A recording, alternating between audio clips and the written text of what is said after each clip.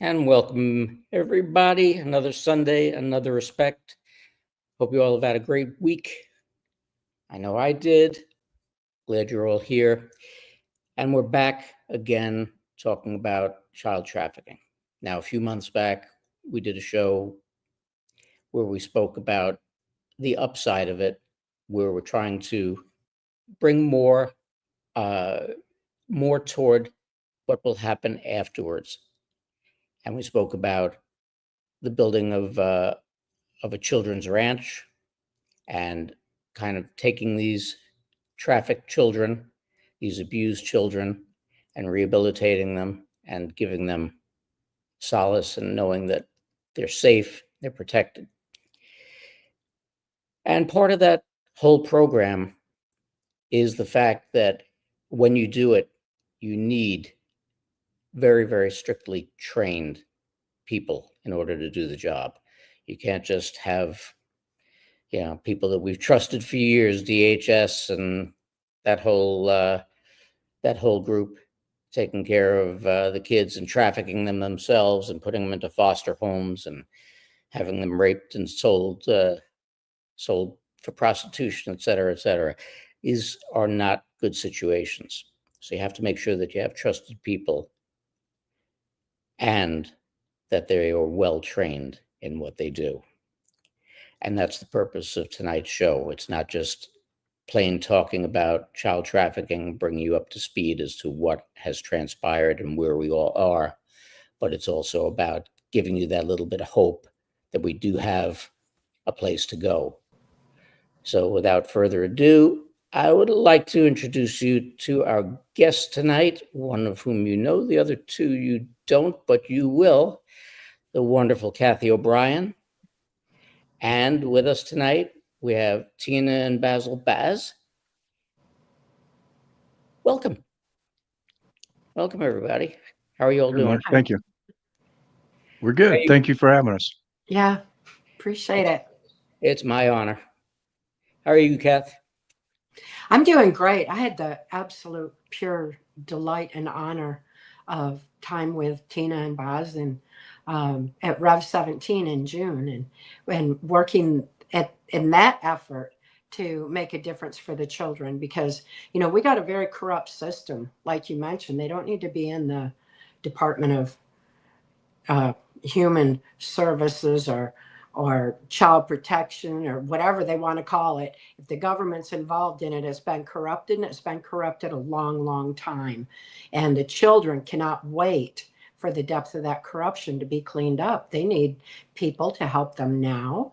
And that's what's happening, and I've waited a lifetime for this to happen. I'm so excited these times we're living in, where people aren't just waiting on big government to fix the problems anymore, but they're opening their eyes to see the needs around them and respond with compassion and care. And I'm so excited for what Tina and Baz are doing because of the magnitude of information that people need to be effective in making a positive difference, because it's one thing to have the heart and the desire, but it's another to have the skill and the capacity to effectively succeed in doing it. So it's just been a wonderful convergence, and I'm so glad that we're together tonight to discuss it more and to be able to empower more people into action for the children's sake. Absolutely. This is exactly the kind of push and the positive push that we needed to start to see, because it's a horrible thing, a horrible plague on our society globally that's been going on. And this is something that needs to be stemmed and needs to be fixed. And as General Flynn would say, local action equals national impact. And it's very important that we get our home cleaned up, and then everybody else gets their homes cleaned up too. So Tina and Baz, welcome. First time comers. I know you guys have had a long and difficult career with this, because this isn't anything easy to do, but how about you give us a little bit of background on each of you? Sure, you want to start? Come Go please. ahead. You're the boss. I'm the boss today. Well, there we go. It's the first time in a long time. Okay, I'm going to take advantage of it. All right. I'm just joking. Uh, I'm a Citadel graduate, former captain in the Marine Corps, former CIA ground branch, paramilitary case officer that jumped ship in '96 to become the founder of the Association for the Recovery of Children. It was born out of the strife of a civil war in Mogadishu, Somalia, when we rescued a couple of girls, and then kind of got me thinking about other children. Up to that point, I really hadn't thought much. I thought about the devastation that children are affected by around the world. I just thought all kids kind of grew up like us. Got back to the United States, and at that time, wrestled with it on my heart. Just the whole idea that things in America may not be what they appear to be. I found out that we had about 250,000 American children missing at that time in 1993. And then when I asked what missing meant from most of the law enforcement entities, both local, state, and federal, they said, well, they're just missing. That's it. And so the idea that children could be put in pornography, organ harvested, uh, child labor and stuff was something that was not in their scope at that time, or didn't appear to be in that scope, or as we've learned, and Kathy alluded to this with the levels of corruption, that it may have very well been in their scope and they were all participating or someone was participating and they wanted to keep it on the lowdown. So from 93 to 96, unbeknownst to my employer, the CIA, I took it upon myself to go rescue kids on my holidays. And then by 96, God said, there's something bigger than overthrowing small governments. Go out and do this. And so we formed the Association for the Recovery of Children, which is a 501c3 nonprofit organization of former intelligence, military, and law enforcement officers that are dedicated to the recovery of missing, exploited, and sex trafficked American children.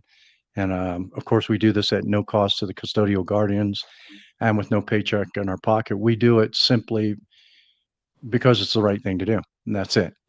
Not because I had a dysfunctional background, not because I was an orphan.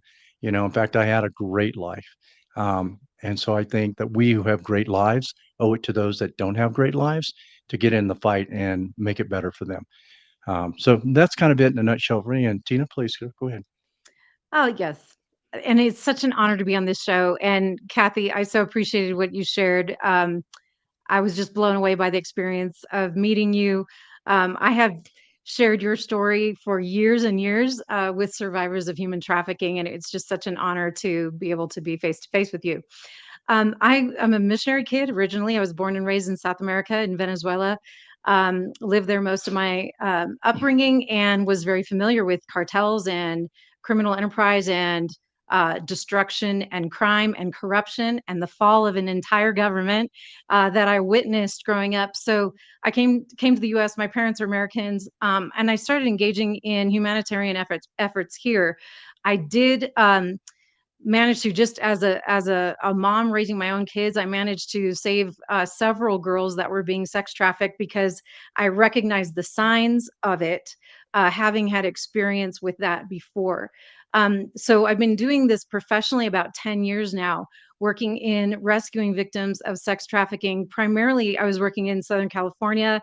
I asked God to send me to the most lost, and I was working in I would say gang controlled areas in LA, Los Angeles, and San Diego, Ventura County, working on really meeting those trafficked victims where they are and figuring out how to get them out and then how to get into recovery. We decided we needed to force multiply. About 3 years ago, we started doing these equipping courses where we train people from any walk of life on how they can do what we did, which is just be people who say, not on my watch, we're going to do something about it. And we teach you from our experience how to be successful in helping people out of sex trafficking and help them recover. Now, Kathy, you spent a long time as part of your healing helping others, and you're quite familiar with ARC. What similarities do you see between what you've done and what ARC is doing? I think the differences make for a powerful convergence of insight and information, because they have the compassion and the fortitude to be able to stand up and make that difference. Whereas from my perspective, from my experience, having been thrust into the CIA's MK Ultra mind control project so very, very early on, being part of the child sex trafficking rings, the blackmail operations, and everything else. I got a lot of insight into the corruption and how far it has permeated. And it also gave me a lot of insight through my experience into the reality of mind control, the sliding scale of it, from the kind of torturous robotic mind control I experienced to information control, because we all formulate our thoughts, opinions, and actions based on what we know. We need to know our knowledge base has been deliberately altered for a long, long time. We have been conditioned to look outside ourselves, to big government, big pharma, big tech, big cult religion, to solve our problems for us, when in fact, we got all the power. We have all the capability within us, and we need to look within and gather that strength of spirit and start making a difference. When I was a little bitty girl, nobody was paying attention. Back in the early 60s, I was born in 1957 in Muskegon, Michigan, and my family was multi-generational, incest based. Nobody was paying any attention to what was going on. My church was involved, but the local politicians were involved. And nobody was really looking to see what was happening, because the information on systematic child abuse has been deliberately kept secret in order to create a compliant society for a globalist agenda.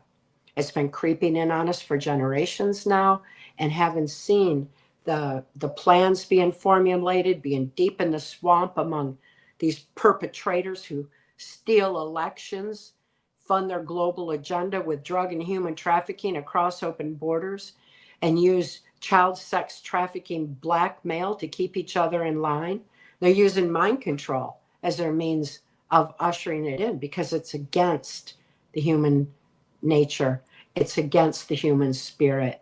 It's an assault on all that humanity stands for. But we've been, dulled down. We've been misled. We've had our information suppressed, truth suppressed for so long. Knowledge is our defense against mind control. So they made sure that information was suppressed. And then we were experienced trauma after trauma after trauma in order to keep our conscious mind frozen in fright, leaving our subconscious wide open to being easily led and manipulated. People wonder how child sex trafficking has become the most lucrative business in the world. It's because mind control has been used on the whole global population. And we need to start understanding the components in mind control so that we can all wake up, remember who we are, why we're here, and effectively protect the children going forward. That's why we're all here. That's why we're all doing this. And I always use the word plague on humanity, because that's exactly what it is. If anybody who's a parent and you even think about this, give it the slightest thought, and imagine that it was your child, what you would do. And I think that was Tim Ballard's line. What would you do if you woke up, you went inside, and the bed was empty? It's a horror. It's a horror. But what the kids go through, what you went through, is a horror. And on a young mind, it's so impactful, because those are your formative years. And your formative years are supposed to be not only educational, but they're supposed to be enjoyable. And a lot of these kids don't experience that. So, guys, why don't you tell us a little bit more about ARC? Thank you. We've been operating in the trenches for about now coming up on 34 years. I think it makes us probably one of the longest running child rescue organizations. So most of, if not all of our experience is what we try to transfer off to anybody else.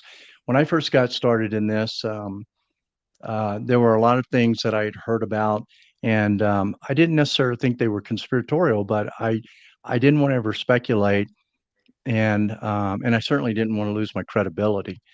And so I had to figure out if a lot of things that we were talking about, much like what Kathy's talking about, what Tina will talk about, and what a number of people in the United States are becoming aware of, whether we're talking about children being organ harvested, adrenochrome, satanic cults, sacrifice. I mean, the list goes on and on and on. I had an opportunity to slow walk this through 34 years to come to the conclusion after about 6 years of being in the trenches and seeing the worst of the worst that it was indeed all true. Now, that doesn't mean that there aren't people out there that can go off to left field and run with the truth and make it look like, okay, now everybody that's in child sex trafficking, they're all aliens from Mars. Of course, people do that as well.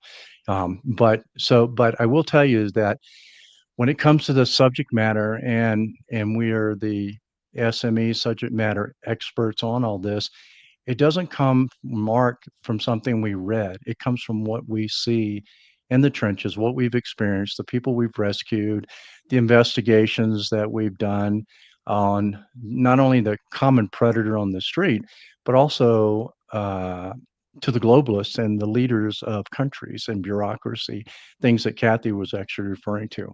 So rest assured, I'm always concerned about my credibility, and it is still remains intact by God's good graces, because what we speak to in this issue is all truth.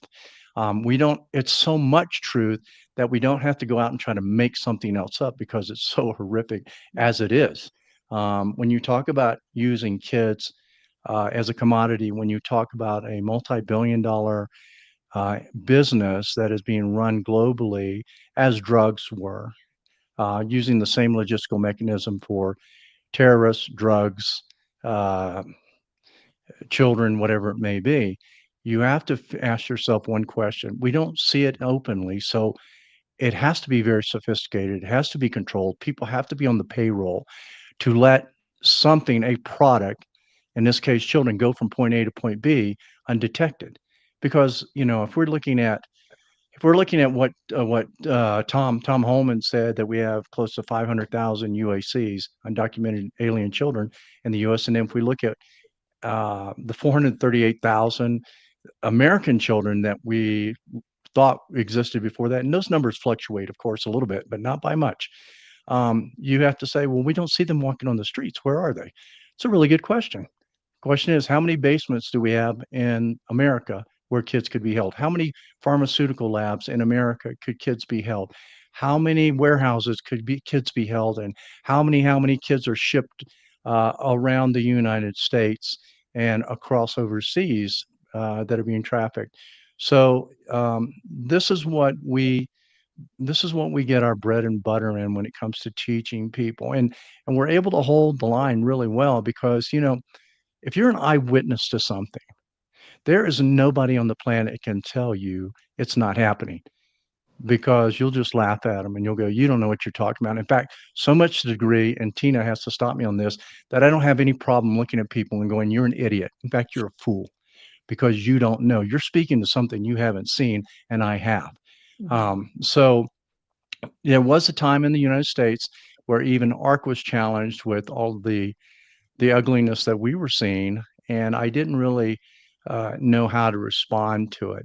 Now I'm at a point, after seeing so much of it, that I don't even waste my energy on responding to people that are that stupid or that are hiding or whatever it may be. So there's people that don't want to admit that it's happening. There's a couple of reasons for that. One is they're probably complicit in the crime, or they're just too busy and they're not aware that it's happening, or they're protecting the global business. And there are things that are getting ready to come out and we can't speak to them because they're very sensitive right now. But I can assure all of our listeners that there are people that you know, that you have seen on TV, that are powerful influencers in government that are directly involved in all of this. And our goal in life is to not only rescue every single kid, we define success as one child at a time, but is to be a part of a coalition of patriots that actually are going to bring down much of the deep state that's involved in this. We're gonna hit it relentlessly. Um, so in our own government, fortunately, one of the blessings we have now with 47 and General Mike Flynn and these guys, you know, they're taking people to task, and they really understand and they get it. And you know, we saw when 47 was 45 how everybody laughed at him saying there was a deep state. Well, there is a deep state. I'm a guy that comes from an organization that overthrew governments, okay? So I understand that world very well. And the thing that was most surprising for me and my associates who were retired from an organization that at one time did protect the United States. I can't say that about it now.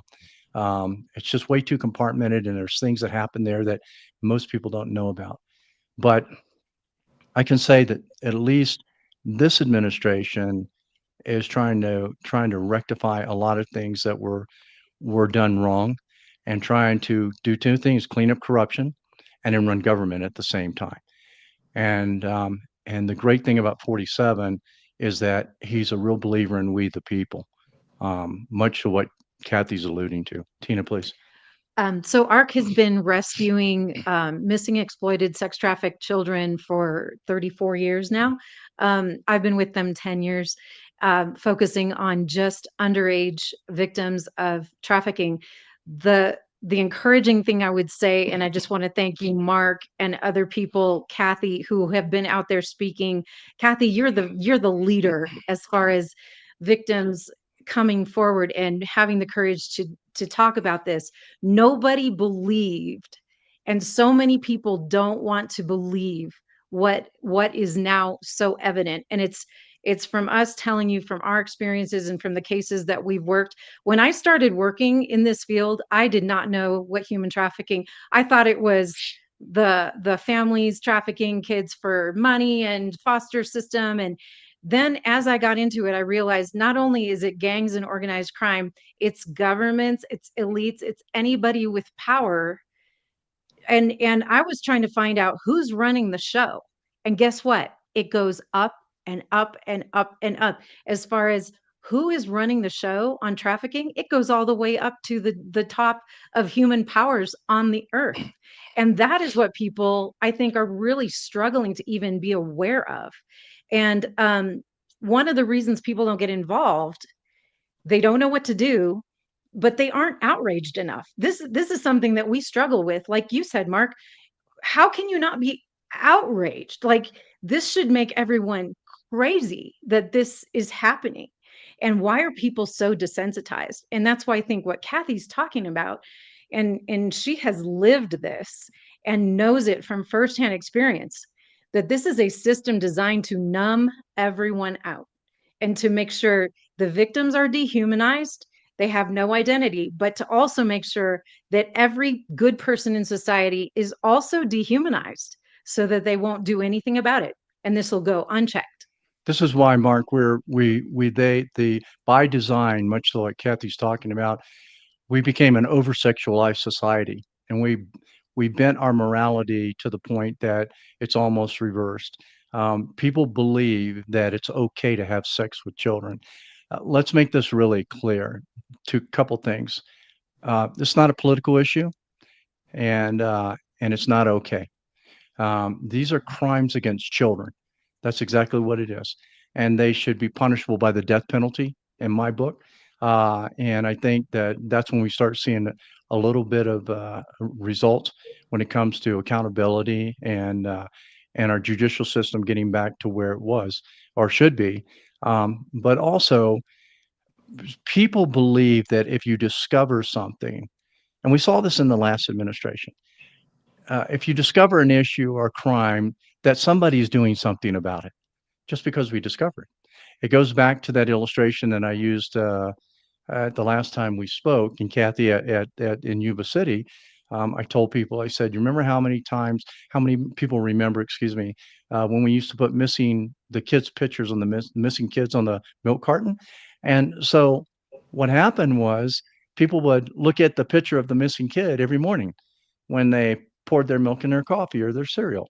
And they felt good that they were looking at the picture of the missing kid on the milk carton, and then they did that all week. And every time they poured it, they felt good about the fact that they were looking at it, and they thought they were doing something about it by looking at it. At the end of the week, the milk carton was empty and it went in the garbage can. Did that kid come home? No. Did that traffic victim get saved? No. Here's the reality. A child that is lost, missing, or being sexually exploited or trafficked does not come home until somebody with boots on the ground go into the darkness and get their hands on that kid and bring them home. And that's never going to change. And that's what we do. And that's what other NGOs do. And that is why we, the people at the community level, cannot depend, no matter how good this bureaucracy is right now, it fluctuates. So we, the people, cannot rely on any government entity to clean up our own backyards. Now, should people care enough? They should. They should. But sadly, because of the sin in the world and the evil in the world, there are people that not only don't care about this issue, but they are the ones that are trying to pass laws where it can become legal by changing the name of a pedophile to a minor attracted person. So we again get desensitized and we think differently, and everybody says it's acceptable. This is also the reason why I question when a death penalty is passed against child rapists in any state in America, and I come to find out it only applies to children that are 12 years and younger. I go, well, what about the 13 to 18? What's going on here? Why did we not just pass it from 18 and below? And so, it makes me really wonder. I want to get in there and say, well, who's getting paid? Because what we know in the porn industry is that, and this is speaking from investigative facts, what I know and being undercover is that as long as you can give the porn industry a little young flesh, and 18 to 13 will do it for them, you're going to pass along your state that's 12 and below. So the penalty, you still got the same thing happening. You're just doing it now with 13-year-olds to 18-year-olds. And so, and other people, when that law passes, they go, well, that's great, the death penalty, but they don't dive into the small print, and they don't really understand the industry that well when it comes to some of that stuff. So I think if 47's listening to this, I would encourage him to pass the death penalty on a federal level, 18 and below, and no plea bargaining, no mercy at all. That's the end of the story right there. There is a reason why Jesus said, it is better that a millstone be put around a man's neck and thrown in the ocean and drowned than to ever harm one of these little ones. I think the Hebrew translation for that is you die. It's a really sad state that we have progressed into. Now, Kathy's the expert on brainwashing and how it works and where it goes and how they do it and why they do it. But I always look at it in the sense of, for 46 years, I helped. The TV industry, broadcasting in general, TV, radio, whatever it happens to be, advertising, movies, have all been brainwashing the people. And they brought it to a point where you're right, people are desensitized. When I had Lynn Hagerman Scott on the show, and she spoke about being in the underground tunnels below universities in this country. Just the thought of stuff like that and the things that she experienced, the things that Kathy has shared and others have shared, it's a sick and depraved thing. Mm-hmm. Now, when I went to school, we had teachers who were gay. We knew they were gay. nobody cared. They did their thing after school. We did our things after school, and nobody made a big deal out of it. But everything has been pushed to and over the edge. And this political correctness that it's caused this kind of an issue. And that's why laws like that do get passed, aside from the fact that the people who make the laws are actively participating in that anyway. So it's called protecting your own butt. But when you look at the design, Cathy, of the brainwashing that we've all been through, what you experienced, what the media has done to push the program forward, if you take the MK Ultra and transpose it into a mass public arena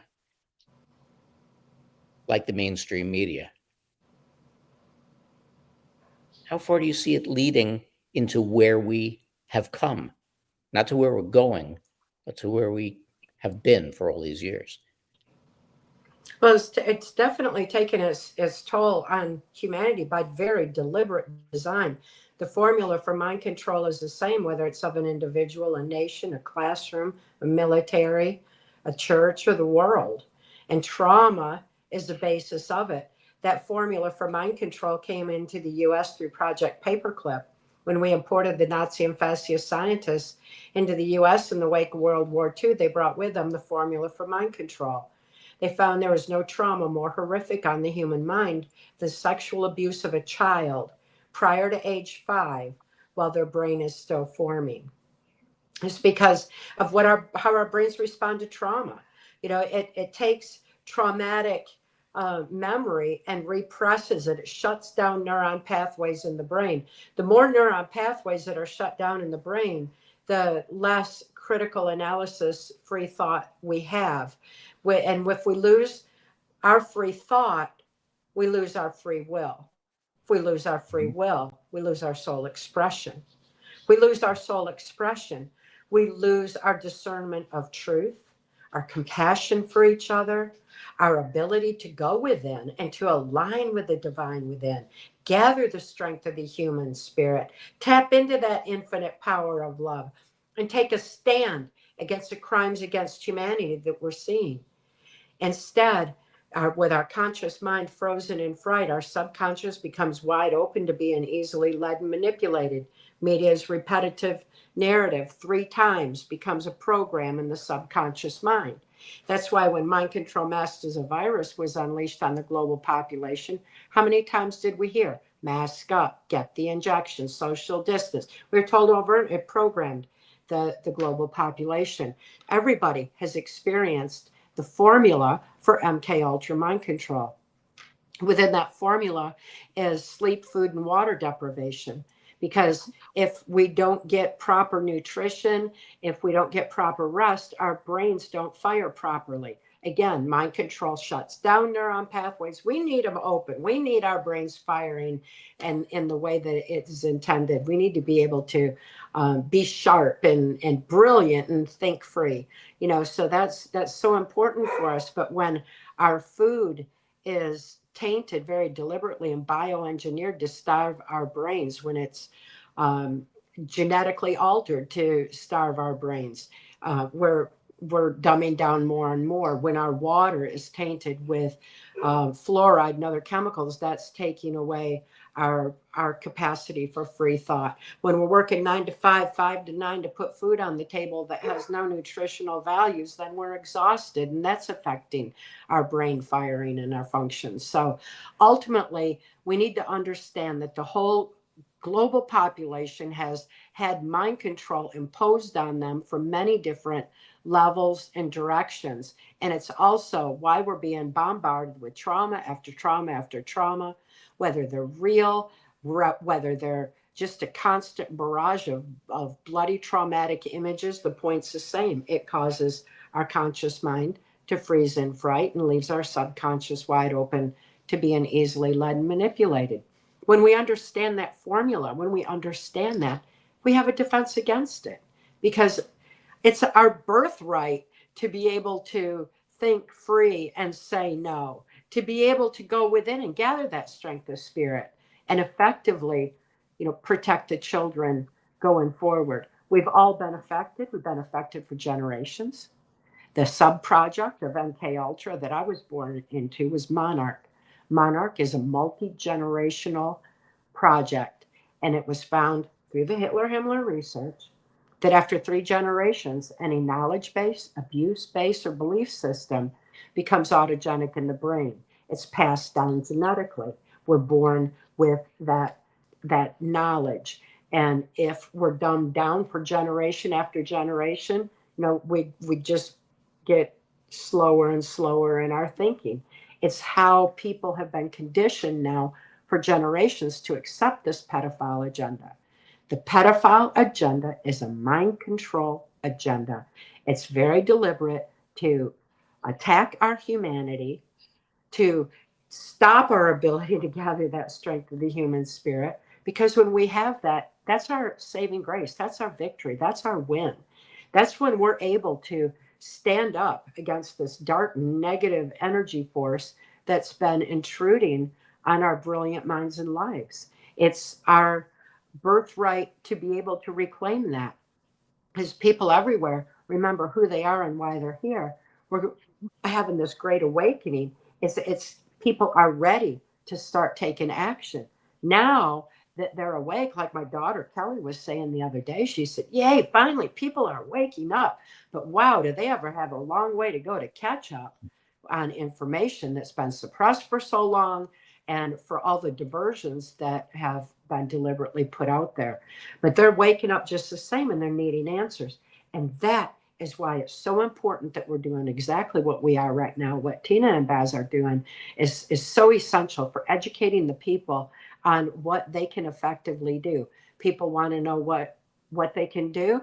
They can educate themselves. They can understand exactly what we're up against, how to effectively protect children, and support those of us who are been in the trenches for so long, making that difference, to at least support us in the effort, because it takes a lot to be able to effectively help others when the system is so corrupted that it puts obstruction after obstruction in the way that have to be overcome.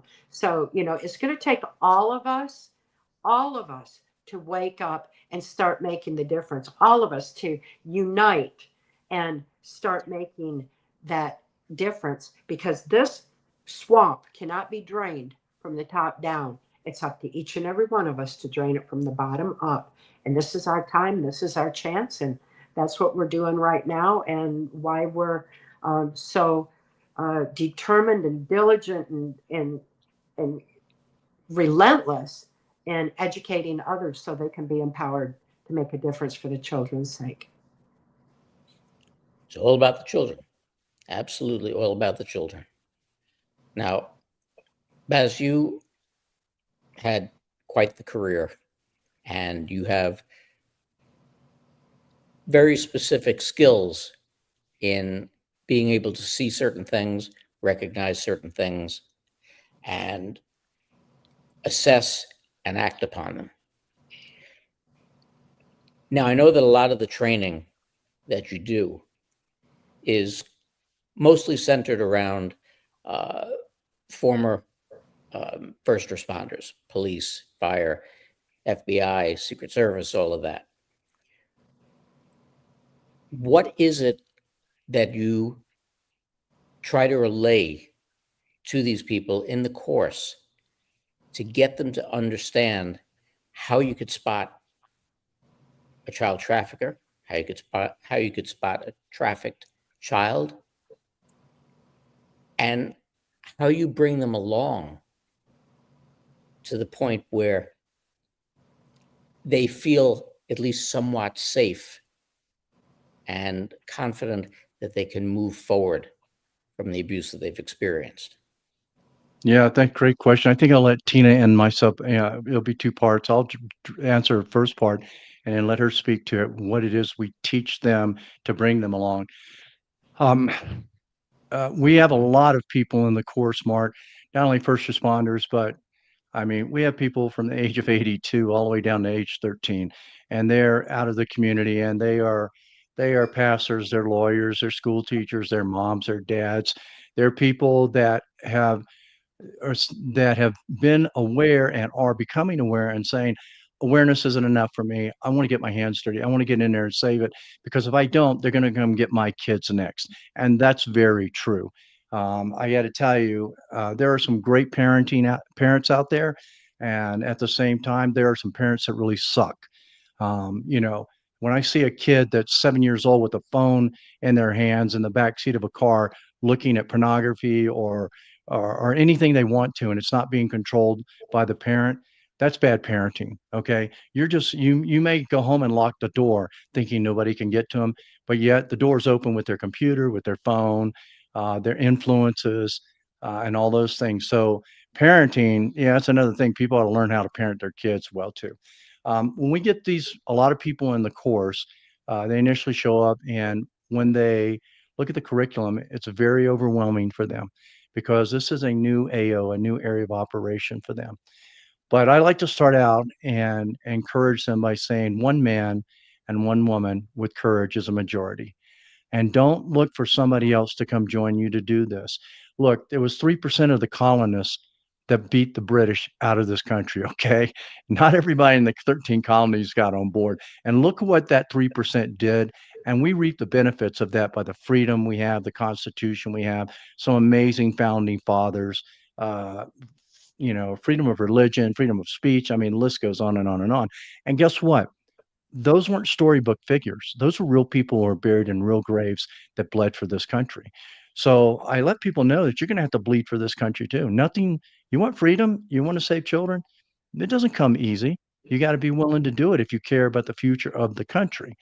And so I try to inspire them out, out from the get go. And I also am very upfront with them by cementing this issue uh, in the truth. And the truth is this: child sex trafficking has been going on for a long time, since the beginning of time, probably. And anybody who tells you that we're going to end it hasn't been in the trenches long enough. It's not going to happen until God comes back. Okay, this is bigger than anybody can imagine. And when people start figuring out how big it really is, they get really overwhelmed. It's very daunting, and they think, how do we clean all this up? You don't. You fight one battle at a time because you care. Because if you do not, who will? And you go and you do this unselfishly because, as you said, Mark, this is not about us. This is about them. And we find that people that have the greatest purpose in life acquire that by serving others. Okay. And so serving the community, serving the country, serving the children that are lost, this is all important. But in order to do this, you have to be very well trained. This area of operation uh, in itself is not safe. It can be very dangerous on many, many levels. It can tear you apart and ruin your life if you don't know how to proceed carefully and cautiously. This is not an arena you get into and say, well, I'm going to do this on Monday, Wednesday, and Saturday. No, this is 24/7. When you get a call that there's a 7-year-old standing on the street corner in some town, you go, you go. You don't wait for somebody else to do it. You don't wait for law enforcement to do it. And you also have to educate yourself on why it's not being done. Why are we not winning the war, so to speak? And we learn many, many things. Like the most recent one that we learned, which is pretty much a national issue, is why the human trafficking hotline is so bad. Why people weren't answering the phone, why tips weren't going to law enforcement. I'll tell you why. Because you get on the government payroll, there's no oversight for that spending. And guess what?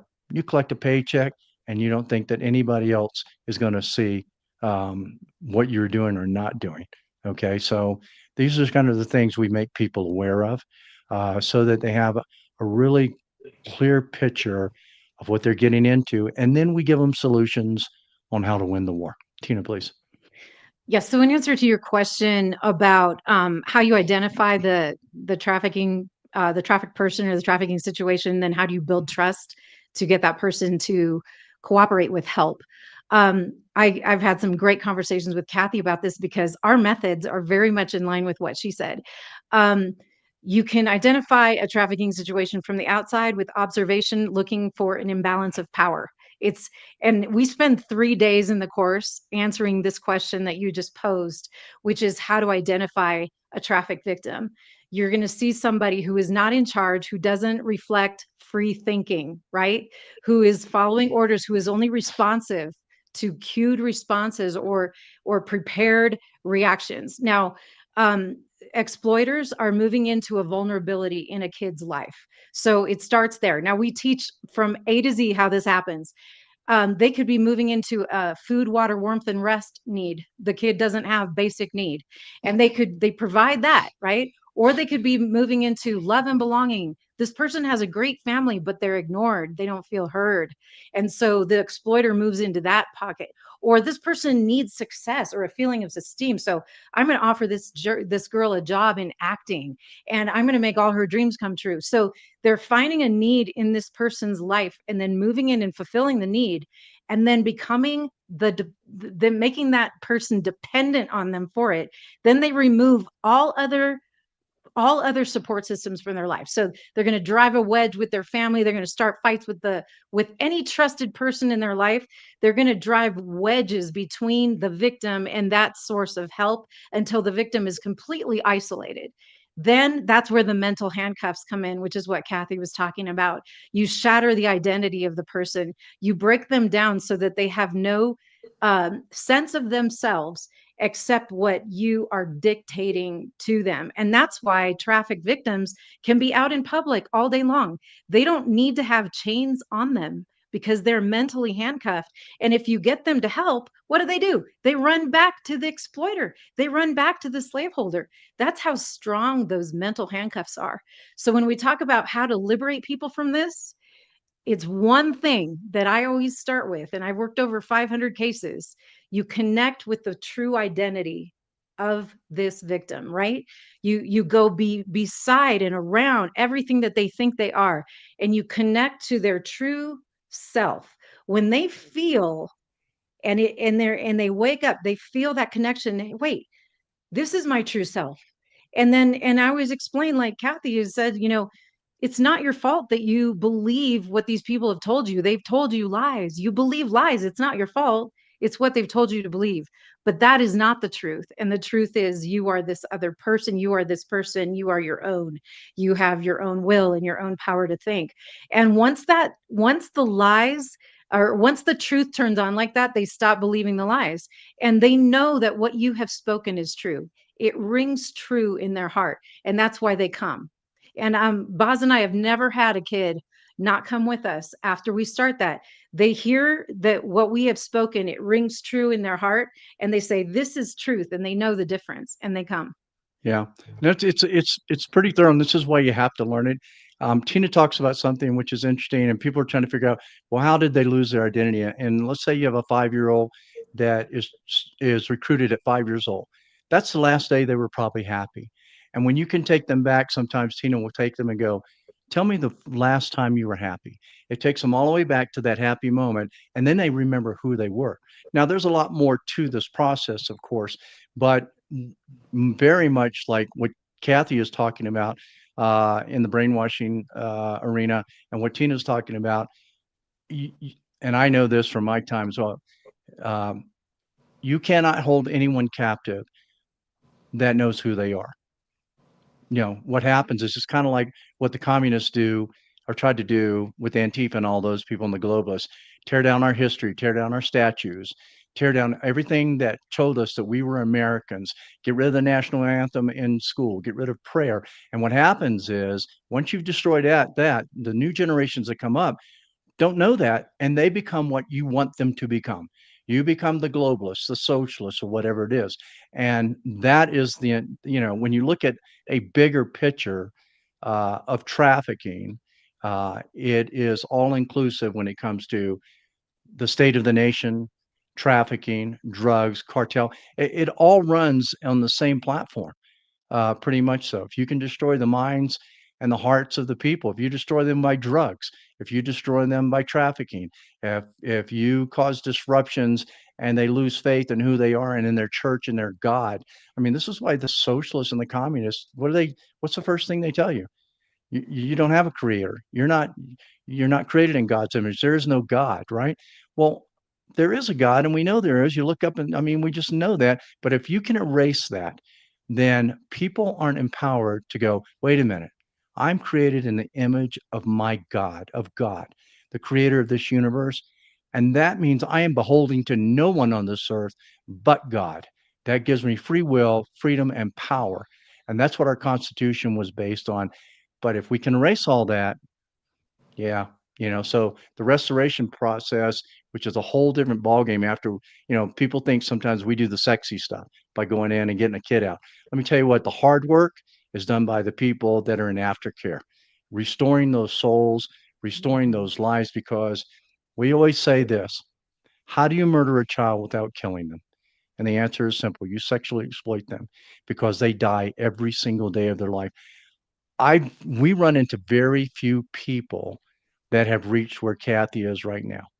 If you're being trafficked as a young kid, if at 5 or 6, you're lucky if you get to be 12 before you commit suicide or drug overdose or whatever it is. But you have no will to live. You have no purpose. You're enslaved, and so it is sad. It is one of the most horrendous things that we could do to human beings. I say this sometimes, Mark, that there are things done to children by evil people that most interrogators during wartime will not even do to their enemies. And I'm serious about that. It's dead. And people go, no, it can't be that bad. Yeah, it's that bad. It's that bad. Well, the sad part about that statement is I've heard it from far too many guests on the show. That is truly the sad part. And that's why I keep doing more and more on the series and trying to demonstrate to the people how important it is to keep this in the forefront of your mind and how important it is to keep talking about it and to be aware of it. So now, that being said, because we're about halfway through right now, we all know what a scourge this is on the world. And we all know how important it is to save and rescue the children. Now, because we're a community working to try and stem the tide of this and to try and make things better and to try and rescue the children and make them safe, rehabilitate them, make them useful parts of the world, it's important that we have not only safe places for them to go to, but safe, well-trained people to help to rehabilitate them. That is the reason tonight that we have Baz and Tina here with Kathy, and to demonstrate exactly what it is we're doing and how important this is to this community. This show is being streamed by a bunch of other truthers who were decent enough and felt this topic important enough to simulstream this show and get it out in front of as many eyes as possible. And I will mention them later on and thank them later on in the show for this. But in the meantime, what this is about is, as we look at what's going on, we have to know that there are things out there that we need to learn about. And part of that happens to be what Baz and Tina do and what they're talking about. So that being said, while a lot of you go every week and you will very kindly, out of the kindness of your hearts, donate Rumble Rants, basically to say thank you for what we do, and it's greatly appreciated. What I would like you all to do, instead of putting in Rumble Rants, is anything that you could spare, $1, $2, $5, and that QR code that's up there right now, as well as this, the money that goes to this website goes 100% into training people to recognize child traffickers and to help them help the children who have been trafficked. When this idea was first brought to me, it was brought to me with the idea that hopefully we could raise 17, of course, it had to be $17,000 to try and get a bunch of people trained. My immediate response was, well, why not do $18,000 and we can get 30 people trained? So then, after thinking about it for a while, I said, you know what? We are a community, and we're a community who fully well understands, and the president stated it right from the get-go, it's all about the children. We must end this scourge of child trafficking, and we will. So I encourage you, and I hope that you will respond and donate whatever you can, whatever you feel comfortable doing. There's no pressure here, but whatever you can do will go 100% into training people to be able to recognize traffickers, recognize trafficked children, and to help rehabilitate these children. And the more people that we can get trained, the more money that comes in, the more people we can get trained. It's as simple as that. So we would appreciate your help. We appreciate you going forward and doing whatever you can. Again, you've got the QR code up there. You've got the site down there. And now we will continue with our scheduled program. But I thank you all for your indulgence. But this is a very, very, very important topic to me. And I guess you all know that because you come back every week and watch me talk about this. So I really appreciate this, and any help that you all can be will be greatly appreciated. So let's get back into the trafficking aspect of it and remove other media. What other media? There's no other media there. I wanted to put up your site and show that to them, unless they're talking about this over here. But let's get back to exactly how we go around getting these people, recruiting these people, first of all, to be interested in wanting to do this. You said you were getting people from 82 down to 13 to do this. And it's amazing, not so much that you can get older people to do it, but to get a child as young as 13 who could be trafficked themselves to be interested in doing this. They have to be aware to a certain extent that this is actually going on in our world. They have to be seeing the ridiculousness that goes on in our schools, in our neighborhoods, in discussions, in the way people treat each other. So how does it come about that people come to you initially for the training? And how do you decide how you recruit them? So we love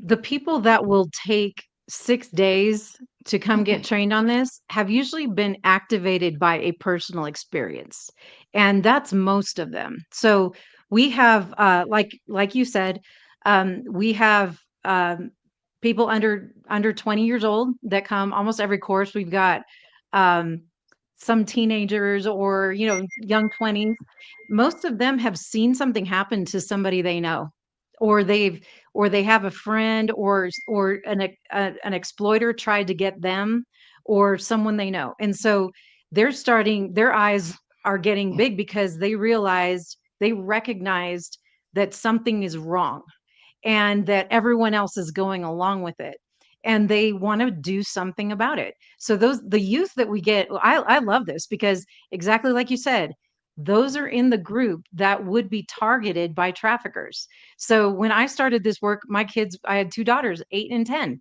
and I told God the same thing. I'm like, these are the girls that traffickers would be targeting. And God said, are you going to hide, or are you going to fight? It's like that. All these kids that are out there, these youth that are out there deciding to get trained and go against the grain, are deciding to fight rather than to hide, or try to just ignore that what's going on. So we had a 17-year-old that took our training. She asked me to come back to speak at her high school a year later. She had started a peer group under high school for anybody that wanted to get involved in learning about human trafficking. I thought I was going to have like 12 kids in the room at lunch, right? I walked in, it was wall to wall. There were 55, 60 kids in there, standing room only, right? She had started this on her campus and had recruited 60 other high schoolers to stand up against trafficking. And guess what? They provided a safe place where kids that were being exploited, or said, "Hey, wait, something's wrong," or they've been abused in their own homes and they're starting to get put out with strangers, like, they could come to that room at lunchtime on campus and find someone to help them. It's remarkable. So we love that. But yeah, a lot of our course covers all the demographics of people. We've got a lot of school nurses that are in their 70s, or like chaplains that are in the jails, right? Women's jails or youth jails. They're going into the juvenile detention centers as chaplains, and they're older, and but they're seeing that these people are being exploited and abused sexually. And this started in their home. This started when they were children or even infants. And so they're getting trained to know what to do. And when you know what to do, now you're not afraid of the problem anymore. Where I think a lot of people see, oh, I saw something weird, but I don't know what to do, so I'm just going to go the other way. So who we have show up to the course who want to get trained are normally people who saw something and didn't know what to do, and it plagues them. So we've had people running for office, running for public office, who said, look, I walked by a situation. I was in a meeting with a bunch of other senators and congressmen, and I saw a child being exploited, or I saw exploitation in that circle, and I didn't know what to do, and I was embarrassed, so I said nothing, and I did nothing. And now they're coming back saying, I was wrong. I was wrong. I need to know what to do. Law enforcement investigators, we have people that are working undercover as investigators who come to the course to learn how to identify, how to infiltrate trafficking cells to identify victims. How the hardest one, you know what the hardest one is? What Kathy went through, where it's happening in the home. And I mean, that is the hardest thing to see. And it's the hardest thing to get help with. And then CPS is a huge problem. But yeah, those are people showing up to the course. We're having another one, a real rise in former war fighters, which is great. Guys that were Iraq, Afghanistan, like could be the age if I had a son, would be my son and stuff. And these are very patriotic individuals who have gone out, like many of us who have been downrange, and all of a sudden are waking up to the fact that most of the time they did not go over to protect our country. They went over for a political agenda, or somebody in a higher up space in Congress or whatever, manipulating a diplomatic situation that ended up in war, and whatever it may be. But one thing they learned on the ground is while they were there, they were protecting their buddies, or they were protecting innocent people. And so a lot of the warfighters that we have that come, particularly out of Afghanistan, saw children being abused in Kabul and other places, but they could do nothing about it. The command wouldn't allow them to do anything about it. It wasn't what their mission. It wasn't their mission to do that. And they got picked to the States, and they're like, you know, I have all this experience. In fact, I have more experience than most of the police department in my town, and but I just don't want to get a paycheck. And I reason I know their heart's in the right place is because our organization is an all volunteer service. I require everybody to go out and do something else to pay their mortgage. So these people that would come to us with resumes, and we get resumes every week, maybe sometimes twice a day. I'll say, we don't pay any salary, and these guys will say, I don't want a salary. I want to go save children. So if I look at, and I don't know if this number is correct, somebody told me we have close to 50 million veterans in this country that served this country and loved this country and took an oath to defend it against enemies, foreign and domestic. Let me let them know there is a domestic enemy here that has crept in, that is destroying this country. And if they destroy all the children, we will have nobody to grow up and defend this country in the future.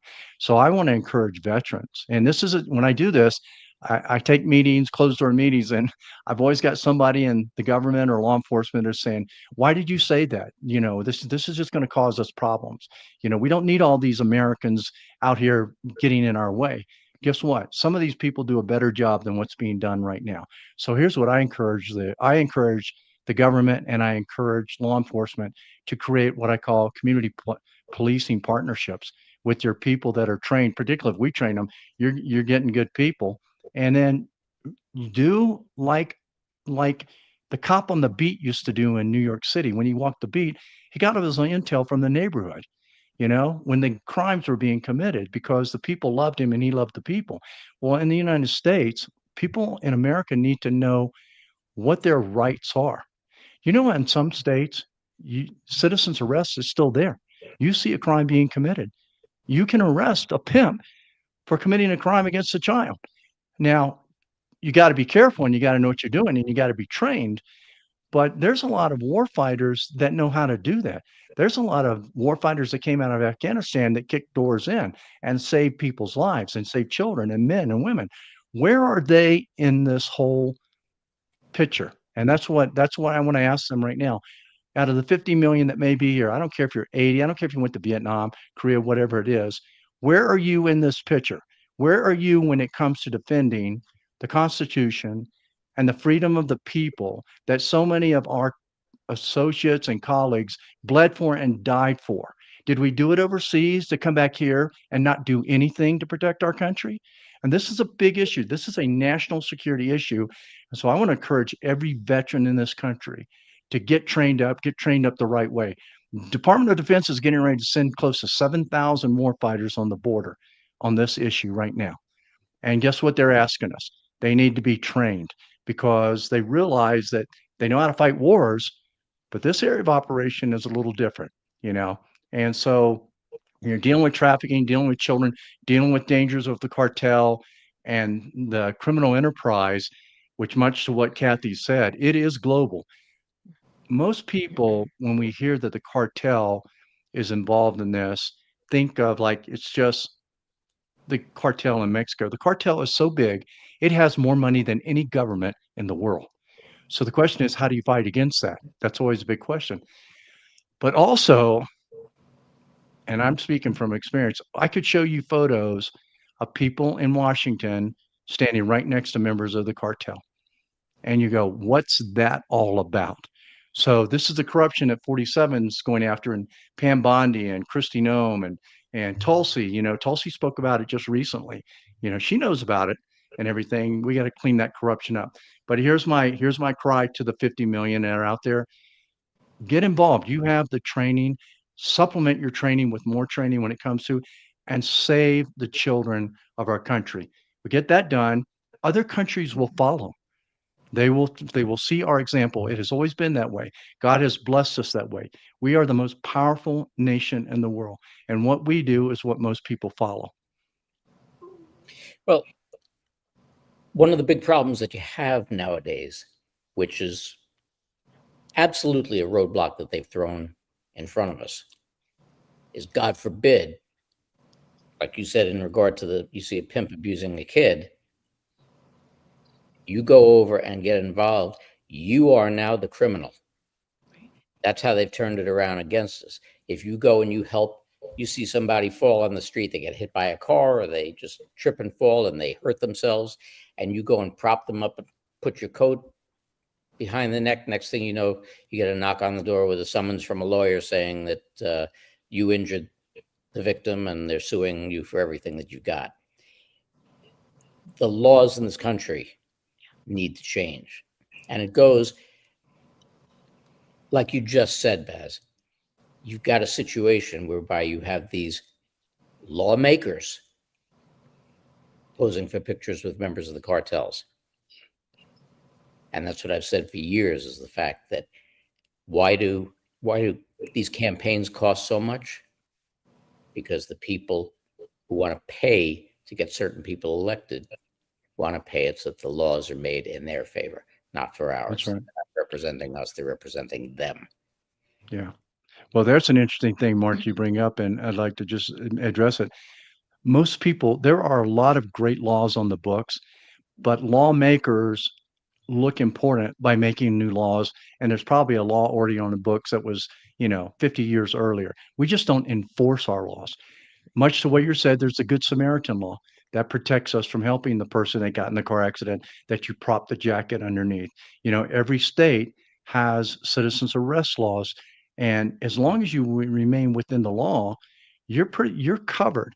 What happens is we have, and this goes back to something Kathy mentioned, and it's so true, and I'm glad you did, Kathy. We have been led to believe that we have no power in our own country to do things, and we do. And the laws will work for you when it comes to particularly this issue, rescuing children, as long as you mitigate your liability and stay in the lane and never break the law, so to speak. But this is why it's important. And this is one of the things we teach. What are the laws in your state? What is it you can do and when you can't do? But instead of empowering people, which makes any government, local, state, or federal government, really afraid, because it takes us back to our founding fathers when we had tyranny in this country, and we had a thing called the American Revolution, and we said we do have laws and we'll create great laws for the freedom of our nation and stuff like this. Well, still, because of corruption in local, state, and federal government, they don't want their people to know about those laws. Now, the smart senators, the smart congressmen, the smart mayors, the smart judges are the ones that get out there and recruit those people, and they train them and they say, here's what you can do, and we need your help. Whether it's whatever you see, report it. Whether it's, I need 5 war fighters to supplement my police department to go in after this cartel guy that's in a stash house that's holding 15 kids, or whatever it may be. The reason they don't, from my experience, is because we have people in leadership positions that want to protect their position, and they're not willing to take the risk to save a child. So guess what? They let the child die. They let the child suffer instead of reaching out and saying, hey, there might be somebody else that I can learn from. There might be somebody else that I could bring in and help us with this. I'm going to tell you something, and I have friends at the FBI. I got friends all in all the 3-letter agencies. All the people in those agencies are not the most shiniest apples in the basket. Okay, they're just not. So don't be intimidated by that and think they do. They don't. They're pretty good at it. But I'm going to tell you something. There are people out here in NGOs that far surpass our 3-letter agencies right now on everything from intelligence to the ability to rescue kids and whatever it may be. This is one of the reasons Tom Homan's hiring people right now for ICE, because he knows there's good people out there. This is why they're offering that incentive. He's not a dummy. He's smart. He knows that we got war fighters out there, and he knows that if he supplements his forces with good people, the cleanup will be done faster and it'll be done the right way. So this is what I tell people in the community. Don't be afraid. Don't be afraid. Get out there, know what you can do, and go do it. I just want to add one more thing about the when we do the course, toward the end of the course, after we've explained all the different ways to get involved, we do direct people in 6 different arenas that they can get involved in, or so you can get involved in awareness, uh, getting into schools and training parents and staff and teachers and kids. What are the signs of exploitation, how to spot it. And again, the hard ones are the ones that are in the home, where the kid is being exploited by their legal custodial party, like, they're in a foster home where their foster parent is the one trafficking them. But we still train how you can do something about that. Intervention, which is how you identify somebody that is being trafficked and intervene in their situation, get them to switch the gear and be ready to get out. And then what do you do now? So how do you get them out of that situation? Now, what do you do? Where do you go? So how to find aftercare programs or safe houses, how to deal with the legal parameters of, this is a juvenile, so someone has custody, right? So how do you deal with custodial boundaries and legal boundaries? The citizens arrest laws, how you use that in your favor. And then we do talk about hunting bad guys. So if you're a person out there that has technical skills, how to, there are ethical hackers that are out there that are testing security systems for companies. You can use those skills also to basically identify trafficking networks. So any type of skill that you come to the table with, you can apply to this field, because the gangs and the criminal enterprises, they have tech departments too. They're out there on their internet putting fake websites up or dirty stuff. They're laundering money through their businesses. One of the great NGOs that we work with works with banking, so they are able to track dirty money. And anyway, I'm just saying, there's a way to get involved no matter what your field, what your expertise is. And we do help connect people with organizations and uh, ways to get involved right away. Yeah, Mark, let me say this before I hang myself with a short rope from a tall tree on the shiny apples. Cash and Dan, I know you guys are doing a great job to get rid of the unshiny apples. Okay, so I'm mostly speaking to the prior administration and what was happening as far as cleanup is going, because I think everybody's doing their very best to do a better job. So hopefully, we start seeing those partnerships. We start seeing the three-letter agencies reaching out to the community and asking for their help, because there's more eyes out there. There really are. If you ever had a chance to go to Israel, every citizen there is looking out for terrorists. I mean, they're all well trained. And this is what we need to have here, is we need to have every citizen looking out for trafficking and knowing what they can do to report it or get involved with it or whatever. And this is where Tina tells me I'm always going to get in trouble. Look, I said this at CPAC. I'm not a politician. I don't have the luxury of being surrounded by negotiations and compromise and corruption. I'm just a war fighter that's been downrange for 34 years saving kids. So as I mentioned earlier, it's not a political issue. This is crimes against children.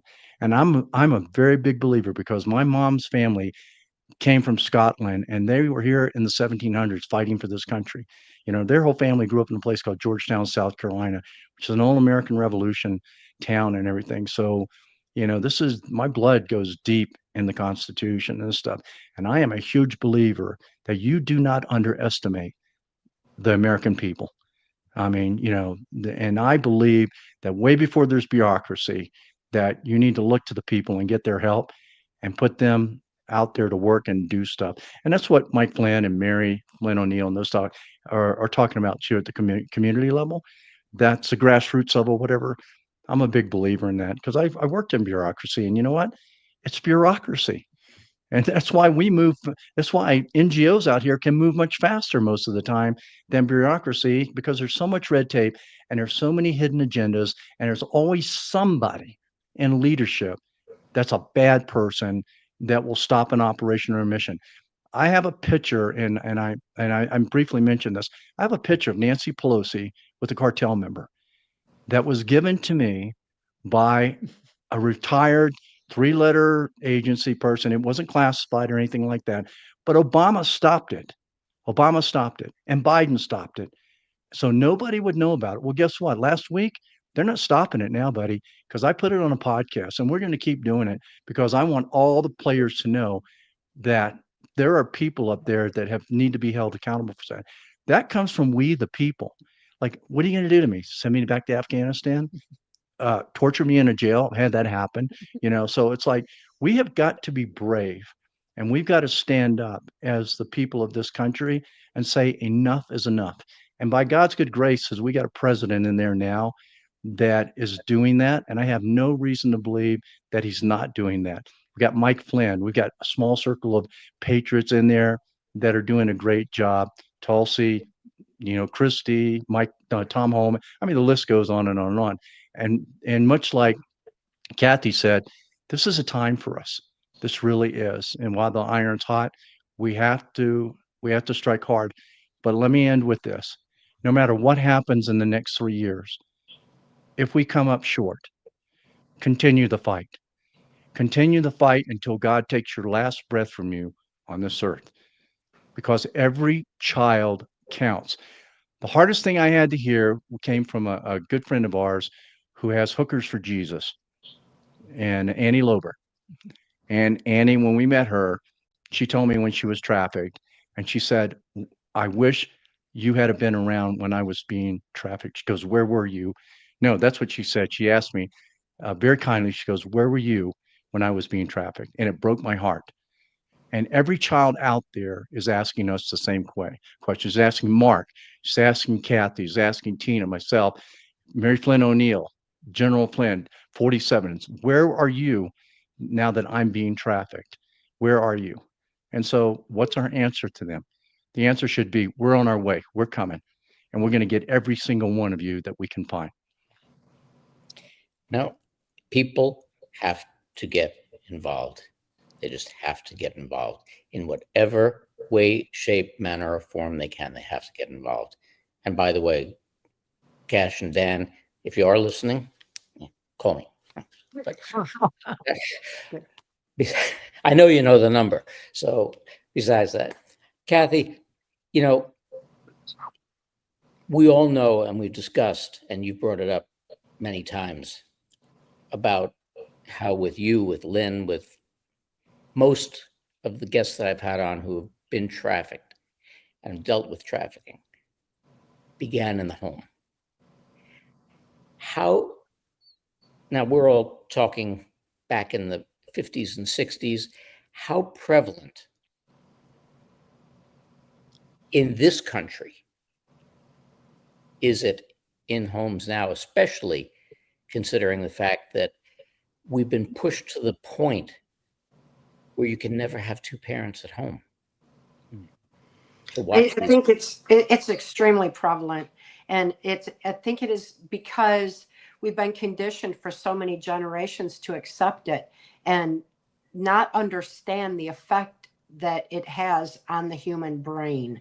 When that information was repressed under national security and kept from mental health, the medical community, the education system, and society as a whole, we forgot what happens in the brain of a child, how it shuts down those neuron pathways, dumbs them down, makes them compliant and robotic, removes them from their ability to live their life's purpose, to gather the strength of the human spirit. And it, in so many ways, it's a spiritual battle in that regard. It's horrific what is done, but people forgot. They don't understand that. Think, oh, this is about a sexual preference. No, it's not. It's about control. It's about torture. It's about rape. It's about control. And families don't even really know that anymore. They've been conditioned for generations. When we brought the Nazi and fascist scientists in, Disney was associated with that. Disney, what does Disney have to do with rocket scientists and NASA? Mind control. MK Ultra, mind control, targeting the children. So right from the get-go, as soon as those Disney cartoons started, they put the subliminals in to manipulate the minds of the masses to accept pedophilia subconsciously. Now, when our conscious mind filter is not in place and it's going into our subconscious, it just takes information in without any question or any reason. And then that information drives our thoughts and ultimately our actions going forward. The plan was to use that monarch generational 3 generations aspect, slowly condition people to accept this pedophile mind control agenda. And after 3 generations, it's just more accepted. That's why it's to the point that it's at that there's not more parents jumping up and down and outraged over what's going on. And that makes me wonder how many of them are contributing to this problem. You know, it's absolutely horrific how prevalent it is in homes and how it was in my childhood. When I was born into it, my father had been sexually and ritually abused. My mother was sexually abused and trafficked to my grandfather's Blue Masonic Lodge, where, you know, the secrets on mind control and everything else are kept. And they were sexually abusing me from infancy before I could know what was happening was wrong. But my brain knew, because this is our brain's natural defense mechanism. It's the mind's sane defense to trauma too horrible to comprehend. It's our birthright defense against trauma. It shuts down the neuron pathways around that trauma, represses it deep in the subconscious, so the rest of the mind can develop and function normally. It's important to understand that the brain does this without our knowledge. I didn't know it was wrong, but my brain knew. It's the way we're made. We have been told for so long how imperfect our bodies and everything are. Look at how many injections they're giving babies, you know, and everything else, and all this imperfection. We are more perfect than we know. We have forgotten how perfect we are. We have so much capacity and resiliency of body, mind, and spirit. We have so much ability in our own brains that we have forgotten about, that we need to remember. And that's the crucial information that Mark Phillips had found had been our birthright information buried under national security. Since he was working the highest levels of intelligence, mind sciences, to preserve the sanctity of free thought, he could not release that information, but he could do something about it, just like we all can. When we see crimes against humanity happen, we see crimes against children, it's up to us to take action wherever we are and start standing up against this. But Mark had seen where that pertinent information was buried, and he took action all the way back in 1988, before people knew there was a swamp, before they knew that our children were being sexualized. He took action, and he rescued my daughter and me right out of the Washington, D.C. human trafficking swamp. I had been in MK Ultra mind control, torturous, robotic White House Pentagon level for 30 years. And I had lost my ability to even think, to know that there are good people in this world. I didn't know that I could be safe. I didn't know I could trust anyone. But just like that infant brain of mine knew that the trauma was occurring in repressed memory, my brain knew I was safe, because we have been made so perfect. My brain knew I was safe for the first time, that my daughter was safe, and those neuron pathways started opening and memory started leaking. And that's when Mark handed me our birthright information, the knowledge that's our defense against mind control, and empowered me to reclaim my free thought, free will, soul expression. And I realized what happens to us in life is not who we are. Who we are is within, divinely protected all along, just waiting for us to reclaim it. So that is, we have such an amazing ability to heal, but we have to remember to do that. And that requires a safe environment. The safe environment happens when people understand. That safe environment happens when people like Tina and Baz go in and help these children, and these children can know that there was a time in their life when they were safe, when they were happy. What was their happy memory? I mean, that's just such a brilliant way of putting it. But more importantly, they're already feeling the vibe. They're already collecting these extra senses. They're already knowing that they're in a safe space, that these people genuinely care, that they have that strength of the human spirit behind them. They have that divine purpose right there. That's recognized by children, because they're so innocent. They're the closest to the divine anyway. They recognize that, and they know that they're safe. The brain knows that they're safe. So, you know, we have so much to rediscover about our own mind-brain function. We have so much to celebrate, and reclaim it in this process. But in this process where we are right now, it's important to know that each and every one of us, when we have pure intent, we can make all the difference in the world for these trafficked children just by being the love that we are, just by living the love that we are and giving them a sense of safety for the first time in their lives, because somebody sees and somebody cares. We have a wonderful opportunity, everybody, everywhere, no matter what walk of life they're in.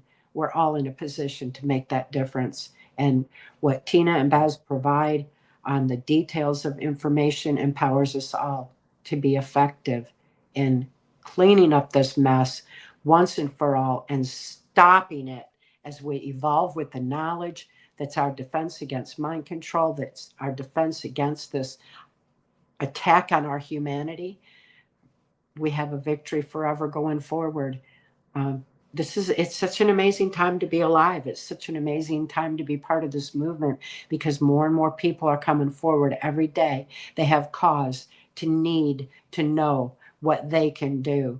They've either been affected by a corrupt system themselves, they've been exposed to injustice, they've experienced indoctrination in a school system, they may have been subjected to ritualistic abuse in a occult setting, but it's been so pervasive for so long that a lot of people are waking up and needing answers. And how amazing that we have the victory within us all, and it's time for us to unite and empower that victory once and for all. Absolutely. Absolutely. I'm going to try this again, and let's see if we can do this now. There we go. I wanted to put this forward, and Baz and Tina, if you could, talk a little bit more about this, and in general, give people an idea about ARC, about what they can possibly do, and what the courses involve. Yes, so I'll give a rundown on basically who the courses are for. I would just say it's any individual, like it says here on the site, organizations, agencies, law enforcement, government, any entities pursuing direct impact against trafficking through prevention, intervention, hunting bad guys, legislation, getting into the schools, getting into the communities. One of the things I do is I train nursing schools, because a lot of these victims are winding up in the hospital or in urgent care or in emergency rooms, and the signs are being missed. So you can also, we talk about street evangelism, or even doing strip club outreach. These are super effective, because you can be out there on the prostitution tracks where people are out in the motels, in the hotels, and you can be serving as a chaplain or a church person, church lady, and have the opportunity to talk directly with trafficked victims and use that opportunity to help set their belief system right, so that they engage with their true self, and they realize that the life that they're living, they don't have to live, and they can choose a different life, and they can be who they want to be. We also teach about how to find the aftercare programs. So if you're a lot of aftercare programs do come to get trained at our course, because one of the things we do is we break down the mental handcuffs, which is what, and Kathy's actually going to be teaching at our courses, which is great. But we talk about how a kid can develop vulnerabilities, how those vulnerabilities are exploited, the whole process of dehumanizing somebody, of isolating them from their support system, from good people in their life, how to get to them to basically not believe in themselves anymore. The goal of the trafficker is to have a body with no soul, with no mind. It's called just total dehumanization. This is what they were doing with Kathy. You have a body that you can do anything, that will do anything you tell it to, but it has no soul. And you can see the kids that I rescued early on. I saw the blank, right? There's nobody home, and that's not normal. Somebody's been broken. So that's who the course is for. We do have a tech department. Our technology department comes and does a training on how we use tools in the marketplace online to do cyber investigation, right? And then Boz teaches on undercover operations and surveillance operations, how to set up a successful operation. But I think some of the key part of the course that I teach is the victimology. We do deconstruct trauma, and like Kathy said, trauma is the key to shattering the mind. It's what they're using to get the mind to not function properly. What they're doing is exploiting the body's natural defense mechanism. So God designed us with natural defense mechanisms. When we experience trauma, we're going to compartment it, we're going to override, and they're exploiting the body's natural defenses to create a program to make that person repeat the same behavior, the same responses. So what we do on day 4 is we break down what are the ingredients of trauma so you can see it happening. Because like Kathy says, if you can break one of those ingredients of trauma, it won't work on you.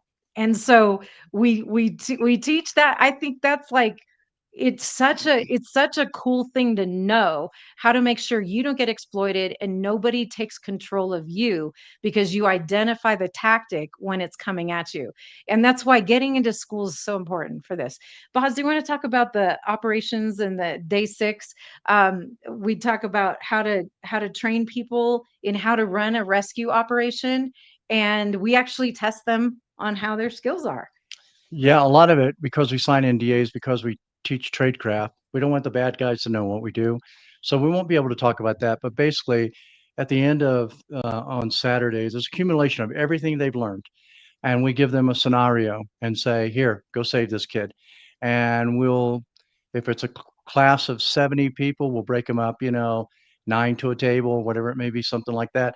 And we give them the next 6 or 7 hours to put their operations order together. And we teach them how to do an operations order. And then they actually go before the entire class and show us and tell us how they actually either rescued the kid or miserably failed and did not. But it's a learning environment, which is very friendly. It's not one of criticism at all. And at the end, I think what people gain out of all of that is an experience to go save a kid, because every single course we've taught, within 2 weeks, we're getting calls back from people going, we just rescued 2 kids. We just rescued 3 kids. Thank you so much. It's like, wow, it really works. It's like, yeah, it really works. If you just stay in the lane, it really works. And then sometimes, and we tell our bad side, the mistakes we've made and the good things we've done, because there's always human error with stuff. And we help people. We coach them out there when they run their operations as well. We help pick them up off the ground when they fail, as well, with good guidance and sometimes direct support. And at the end of all of this, I think one of the great things that people learn um, is to ask themselves one question, and this is the most important question. No matter what you decide you want to do, no matter how you want to be a part of this, no matter who brings something to you that says this is the next great widget that will help save kids, just always ask yourself, how will this help me save a child? And if it doesn't help you save a child, you don't need it. I'm telling you that right now. If somebody could offer me, and I've done this for, somebody has offered us money before, and I've said, okay, well, how does this help me save a child? Now you say, well, that's easy. You can go towards an operation, but there was always some stipulation with the money or something like that, because we received donations, or somebody tried to sell us some new technology, and I would ask them, I'd say, okay, and they would go like for an hour and explain how it works, and it's bells and whistles, and I would finally say, okay, well, now tell me how that saves a kid. And they couldn't. So guess what? We didn't invest in it. So at the end of the day, for us, whether we eat, sleep, rest, or whatever, we're always asking ourselves, everything we do in life, how does this help us save a kid? And Kathy referred to it. You got to take care of yourself. your mind, your body, spirit. That helps you save a kid. You've got to associate with the right people. That will help you save a kid. You've got to have the right people in the community that are all on board to go save children. That will help you save a kid. You know, all the other things that sometimes we feel are important that we waste our energy on, for us at least, it doesn't help us save a kid. We have a lot of people that come to the court before they come to the course will call us up and say, "Hey, I want to get involved in this. What can I do?" And I tell everybody the same thing. Look, you know yourself better than we do. Come and understand the area of operation, and you will know where you'll fit in, what you can do and what you can't do. And to be very, very honest, there are people that come and man, they get involved and they're involved the rest of your life. Because I'll tell you what, it only takes saving a child one time and your whole life changes. And then there are other people that come and guess what? They can't do it. The demand is too much. They thought it was this one thing and they realized it's big. It's big. And they don't have the dedication. Now, I don't fault them because look, the mom that has 3 children and she's working 2 jobs and she comes there and she wants to know about it. I don't expect her to get out there and do anything but just protect her 3 kids. Mhm. And I'm not going to fault her for not getting in the trenches. You know, in fact, I would encourage her not to. I'd say take care of your 3 kids, and when they're all in college, then come back to the ball field. You know, that kind of thing. But these are the things we leave people when they leave the course. They are totally prepared outside of the fact of experiencing a rescue in real life. They're actually prepared to go out there and do it. One thing we do with the military, and we all know this, we didn't send troops to Afghanistan without teaching them about Afghanistan, without getting people, you know, 10th Mountain, whoever it may be, that went into high altitude environments, the mountains to train there. Our troops trained in them in the mountains, okay? We don't send people to a jungle environment without sending them to, in the old days, it was Fort Gulick in Panama to go through jungle survival school and all that stuff. So why should we expect Americans to go out on the battlefield and not train them properly? You know, why should she do that? That we'll what? Just to say we're training people just to look good? It kind of reminds me during the Biden administration and other times when you would hear about money being thrown out to NGOs and stuff, but there was no oversight. So the money just went out there and went in people's pockets. Did we save any kids? No. Did we lose a lot of money? Yeah, we did. Did we do any good with it? No. They just made us think that the government was doing something about it. And that's the way it always is. It's always that way. Well, we're gonna throw out $400 million to anti-trafficking NGOs, and everybody goes, "Oh my gosh, something's being done about it." But most of the time, it's not. It's not being done. We have the ability at ARC to go behind the veil simply because of our background, our strategic partners, and we know what people are doing. And I'll say it to everybody that's listening here, including government. If you don't think we can look in your sock drawer, you are sadly mistaken because we can. And it's the battles we have to pick that preclude us from most of the time doing anything about it because we have to rescue kids. So that's our battle that we pick.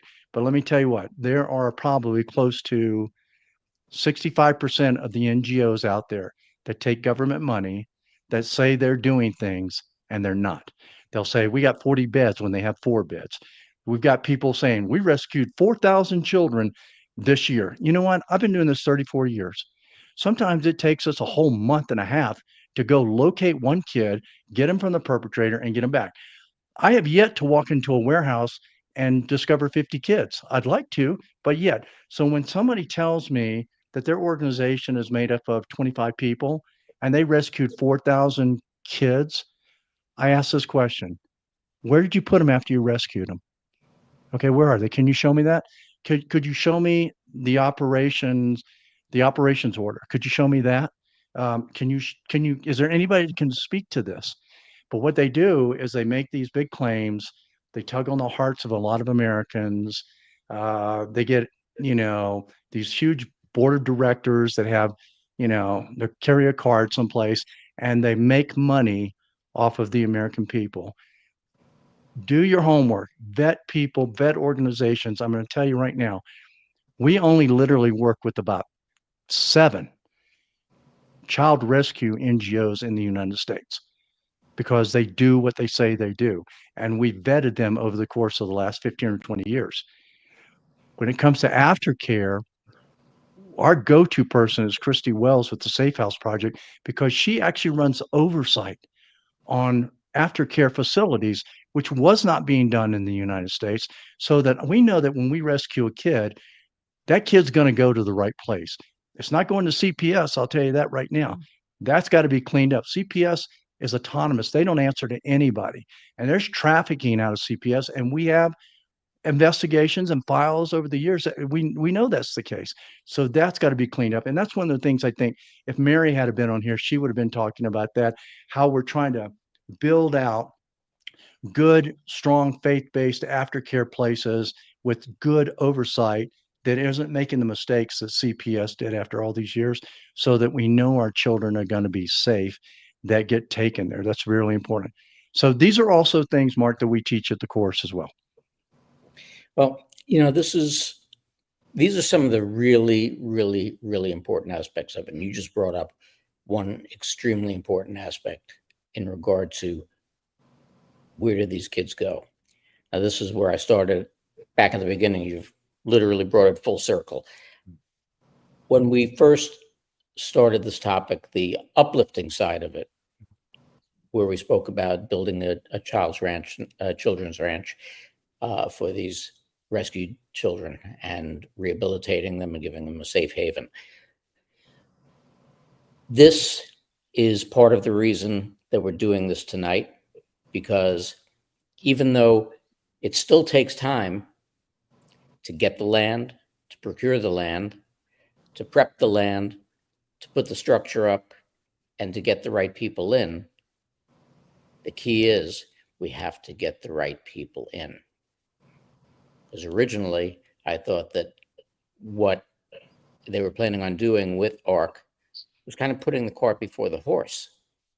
But there are so many places that ARC can be utilized prior to having these safe havens, because you deal with the people who do have the safe havens. So now, with everything that the government's been doing, everything that DOJ has done, all the reveals that they've done, everything that we know they're trying to do in regard to child trafficking and in regard to defunding a lot of the government organizations that have literally just sold us and sold our children down the river. What do you feel, Mary? I'm sorry, Kathy. Mary didn't show up. What do you feel, Kathy, in regard to the future and the direction of this, to try and put forth as we get into the quote unquote Great Awakening and move forward with this, to be able to have these facilities set up, safe haven for kids, and rehabilitate these kids with the properly trained people and meeting their needs and creating literally a new world for them. It's all about people helping people. And it's up to us, each and every one of us, to dare to care and start making that difference. But we need to be effective when we take that step. And that's why the ARC training is so very, very important, so that we can be effective in making that difference. We need to do it now for the children's sake. These children need a safe place. They need people who are equipped to take care of them now. Because this system is so corrupt, it's going to take way too long for it to clean up, and the children can't wait. This system's been corrupt for a long time. I watched the roots of corruption planted in the Child Protective Services, the connection into the FBI and the 800 numbers and everything else, how it was set up as a catch net operation for child sex trafficking and human trafficking, to be able to thrust them back into the system. And it was just a matter of working within the corruption to fund a globalist agenda. I saw it being set up, and then my own daughter was thrust back into it as soon as she was safe and out of MK Ultra mind control. She was thrust right into the corrupt system. They medically kidnapped her by right out of the hospital because they can just there's no oversight. They can do anything they want. They can take any child they want for any reason, and the national security can cover up the case as it has for my own child, which is what compelled me to speak out, was love for her. That's what got me started. But I have seen how deep this corruption goes. I've felt how deep this corruption goes, and I see so many other families who have experienced that. We have got to get smarter than that. We've got to wise up. We've got to have people helping people. We need to unite in light of truth and arm ourselves with effective methods for helping these children. They need us to do it now. And this is our opportunity right here, right now. And I'm so excited to be part of it. I'm so proud and honored to be part of this, to be able to start making the necessary changes because the system's just way too corrupt. Amen to that. Amen to that. How about you guys? Future. The future of aftercare, specifically for recovery. We need to do a lot better job. I can tell you where I think the vacancies are, because the hard part for us is the emergency safe house. So there are programs out there that are good at the 2-year, the long-term recovery. But when you have a victim who is fresh out of a lifetime of abuse, and Kathy, I know you can imagine this. So sometimes we're the first friendly, good people that they have spoken to. They attach, you know, because um, we're a safe person. And so they don't know there are other safe people. And the really hard thing is to say, we're going to take you to a home where these people, you can trust them, and this is so hard. But most of these long-term aftercares won't take a kid that's fresh out of, we don't know what their situation is. They need evaluation. They need medical evaluation, mental health, like education, all these things. Like, we don't know what needs this kid has. And so they need to go somewhere to have all that evaluation take place. And that is a hard part. So I worked with organizations that are no longer operating, who had a 14-day, a 30-day, a 60-day, basically a safe place they can go so we can figure out what to do. And Kathy, you can imagine, like, they don't know what they need. They don't even know what reality is. So to go put a kid in a program and fill out an intake form for what they need, we're not there yet. So this emergency safe houses for kids to go for the first 2 weeks to 60 days, that is really, it is really hard to find that. A program's not going to take a kid where you're like, I don't know what they really need. They want to know what their medical, those are the questions that all need to be evaluated. And I would say the emergency care for trafficked juveniles is almost impossible to find. Yeah, there's a blueprint being built out. So because it's being built out based on all the mistakes we've seen in the past, and it's a really good blueprint. It's called Project Exodus, and America's Future with Mary Flynn O'Neill, and a number of other members of the advisory committee and stuff. A coalition of really great people in the trenches are putting that together, and it should be the future of what we do in this country, outside of bureaucracy, outside of government. To be honest with you, it's a great program. So I would encourage people to inquire about that, um, and and push forward on that type of program or that type of project. To be honest with you, it's one of the best. We're part of that. Kathy, you may be a part of that as well. I'm not sure who all the players are right now. It's, as I said, it's a culmination of all the right people and all the right people that are in the trenches. And the way it's being built out, it has tremendous oversight and accountability and transparency. This is something you don't get with government, because there's always a law, there's always a rule, there's always something that says, well, no, you're not allowed to see this. Well, why am I? Why am I not? And I think that we would be far more effective in our country if there were more projects like that. Christy Nome said something at CPAC was really interesting.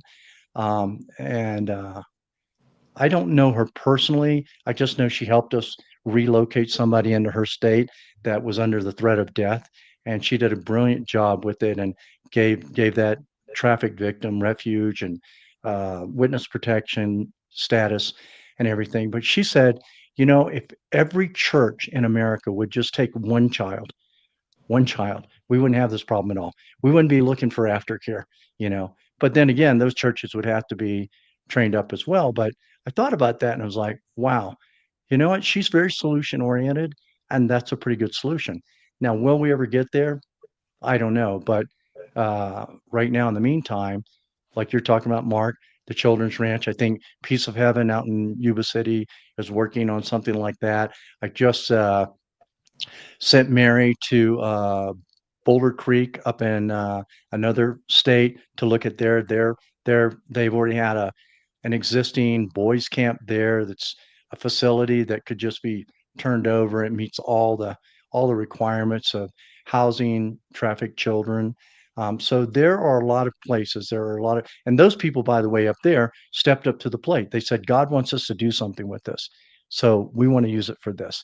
And I imagine there are other places out there that could be as well. But as I said, anything we do to not only rescue children, but to protect them is critical. And I think for the first time in my life in 34 years with dealing with this, I'm now associating with people that are solid. Now, here's why they're solid. They're solid because they know nobody is going to tolerate anything from each other when it comes to corruption. Not at all. I mean, not at all. And so everybody is keeping an eye on everybody. And these are good patriots, good God fearing people. And we've seen the damage done to children that fall into the bureaucratic slush and are used every day for somebody else's agenda. And so what I am seeing, which is great, despite what the left, whatever the left is these days, may think, I like patriots because they love the country and they love God.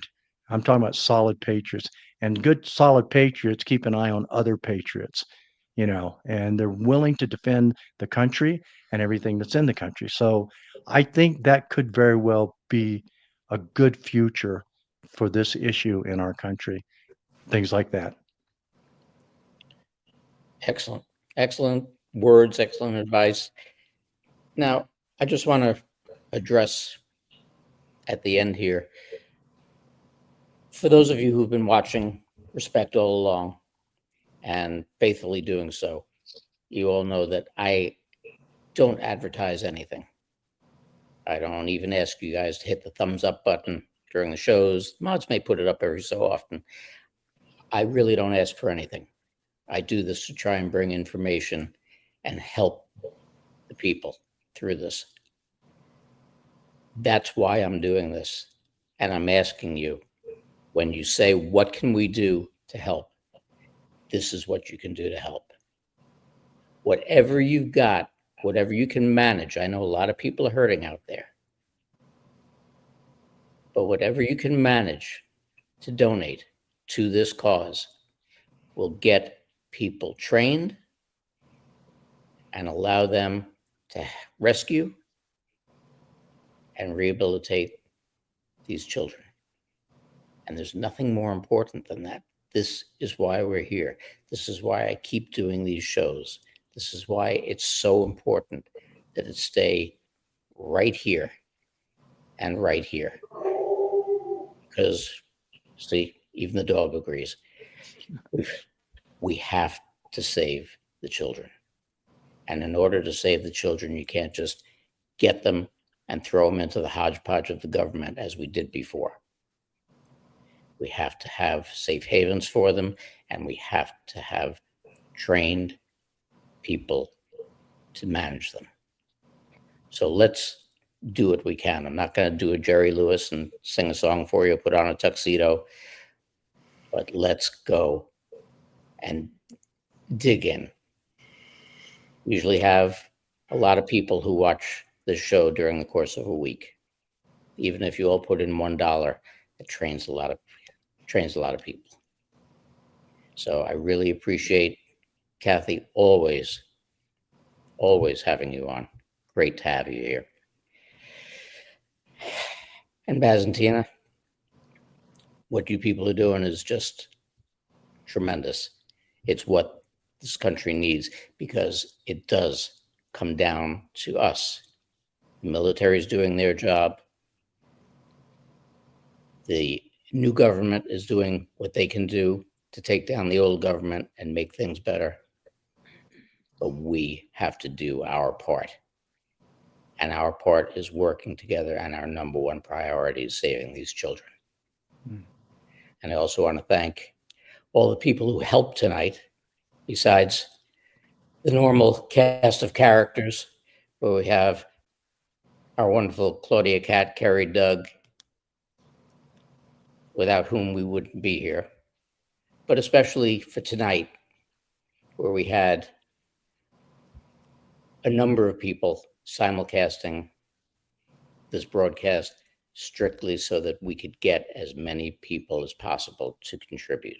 So I want to thank Louis Herms from Screw Big Gov, and I want to thank Joe and Scott from over at TruthStream, and we've also got Bishop Jim O'Connor and Thomas Bogan from the Vibe Tribe and Tribe One now, Friends of Tribe One.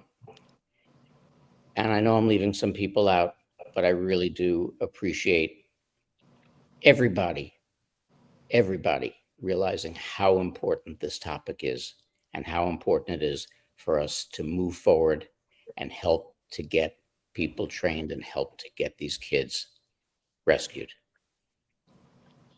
Again, thank you, Cathy. Thank you, Baz and Tina. Thank you. Thank you. Very, very informative show. And I'm really happy that we could do this. Not happy, but I'm happy that we could do this. Thank you so much. Everybody. Everybody, will see you next week. And please dig into your pockets. Do whatever you can. Thank you, everybody. Have a great night. Bye. Thank you.